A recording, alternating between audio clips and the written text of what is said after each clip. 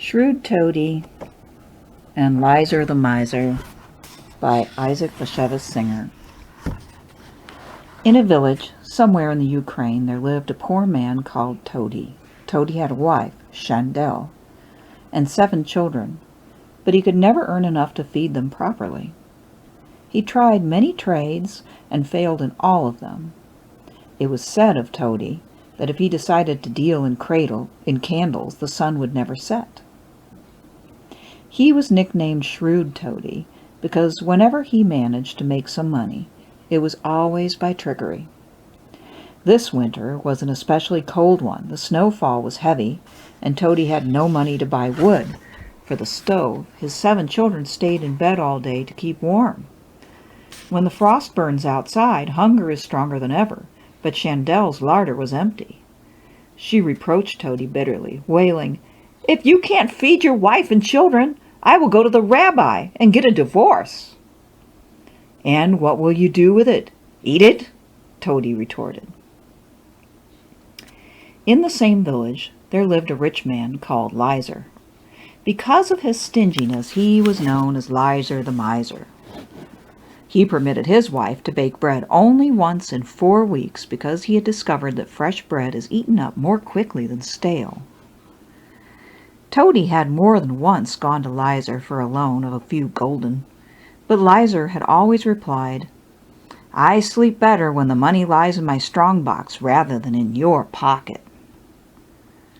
Lyzer had a goat, but he never fed her.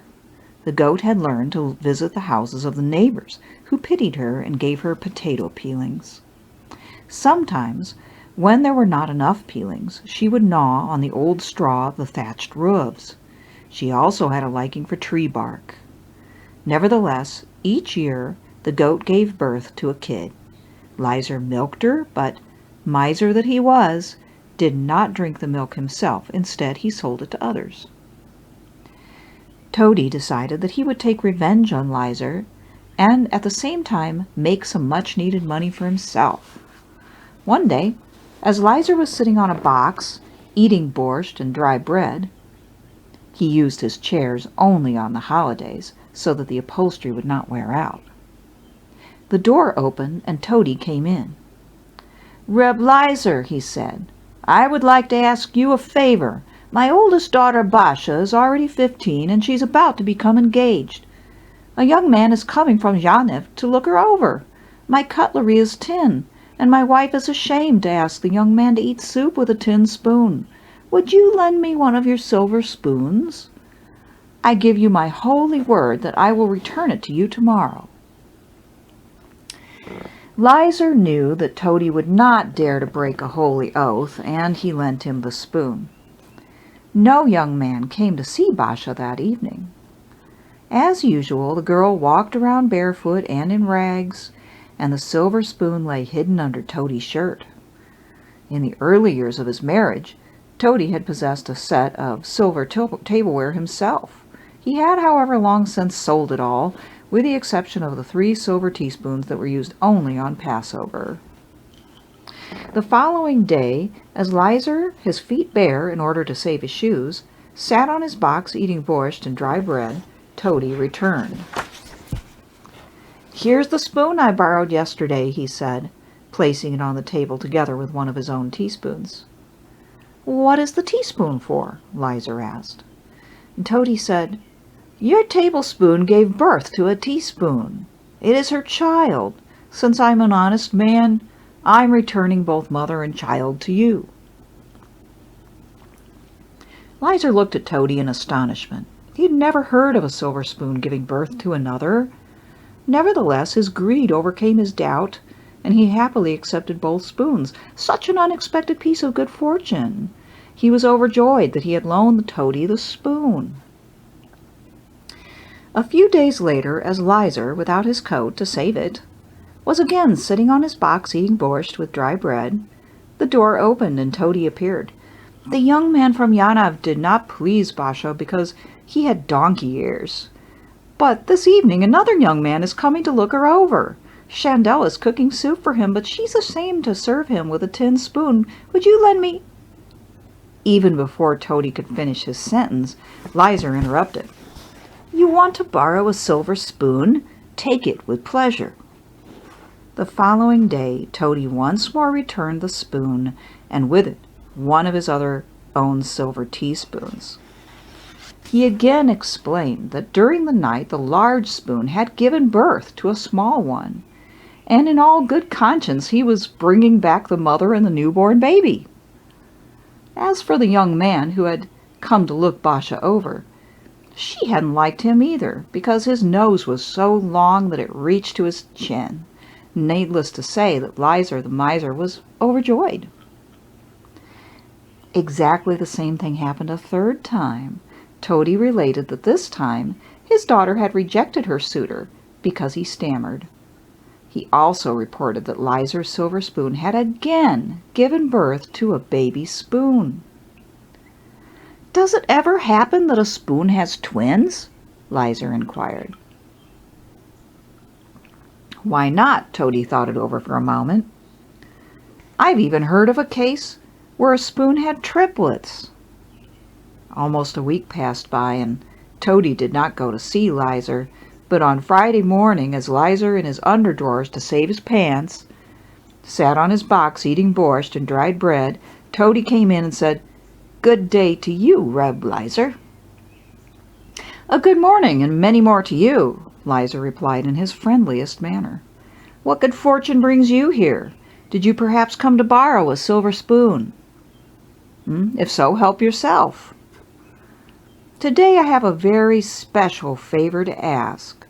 This evening a young man from the big city of Lublin is coming to look Basha over. He is the son of a rich man, and I'm told he is clever and handsome as well. Not only do I need a silver spoon, but since he will remain with us over the Sabbath, I need a pair of silver candlesticks, because mine are brass, and my wife is ashamed to place them on the Sabbath table. Would you lend me your candlesticks? Immediately after the Sabbath, I will return them to you." Silver candlesticks are of great value, and Lyzer the miser hesitated, but only for a moment. Remembering his good fortune with the spoons, he said, "I have 8 silver candlesticks in my house. Take them all. I know you will return them to me just as you say, and if it should happen that any of them give birth, I have no doubt that you will be as honest as you have been in the past." "Certainly," Todie said. "Let's hope for the best." The silver spoon Todie hid beneath his shirt as usual, but taking the candlesticks, he went directly to a merchant, sold them for a considerable sum, and brought the money to Chandel. When Chandel saw so much money, she demanded to know where he had gotten such a treasure. "Well, when I went out, a cow flew over our roof and dropped a dozen silver eggs," Todie replied. "I sold some of them, and here's the money." "I have never heard of a cow flying over a roof and laying silver eggs," Chandel said doubtfully. "There is always a first time," Todie answered. "If you don't want the money, give it back to me." "There'll be no talk of that, about giving it back," Chandel said. She knew that her husband was full of cunning and tricks, but when the children are hungry and the larder is empty, it's better not to ask too many questions. Chandel went to the marketplace and bought meat, fish, white flour, and even some nuts and raisins for a pudding. And since a lot of money still remained, she bought shoes and clothes for the children. It was a very gay Sabbath in Todie's house. The boys sang and the girls danced. When the children asked their father where he'd gotten the money, he said, "It is forbidden to mention money during the Sabbath." Sunday, as Lyzer, barefoot and almost naked to save his clothes, sat on his box, finishing up a dry crust of bread with borscht, Todie arrived, and, handing him his silver spoon, said, "It's too bad. This time your spoon did not give birth to a baby." "What about the candlesticks?" Lyzer inquired anxiously. Todie sighed deeply. "The candlesticks died." Lyzer got up from his box so hastily that he overturned his plate of borscht. "You fool!" "How can candlesticks die?" he screamed. "If spoons can give birth, candlesticks can die." Lyzer raised a great hue and cry and had Todie called before the rabbi. When the rabbi heard both sides of the story, he burst out laughing. "It serves you right," he said to Lyzer. "If you hadn't chosen to believe that spoons give birth, now you would not be forced to believe that your candlesticks died."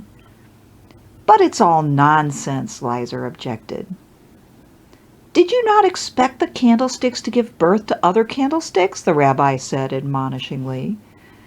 "If you accept nonsense when it brings you profit, you must also accept nonsense when it brings you loss." And he dismissed the case. The following day, when Lyzer the miser's wife brought him borscht and dry bread, Lyzer said to her, "I will eat only the bread. Borscht is too expensive a food, even without sour cream." The story of the silver spoons that gave birth and the candlesticks that died spread quickly throughout the town. All the people enjoyed Todie's victory and Lyzer the miser's defeat. The shoemakers and tailors' apprentices, as was their custom whenever there was an important happening, made up a song about it. "Lyzer, put your grief aside. What if your candlesticks have died? You're the richest man on earth, with silver spoons that give birth, and silver eggs as living proof of flying cows above your roof. Don't sit there eating crusts of bread. To silver grandstands look ahead." However, time passed, and Lyzer's silver spoons never gave birth again.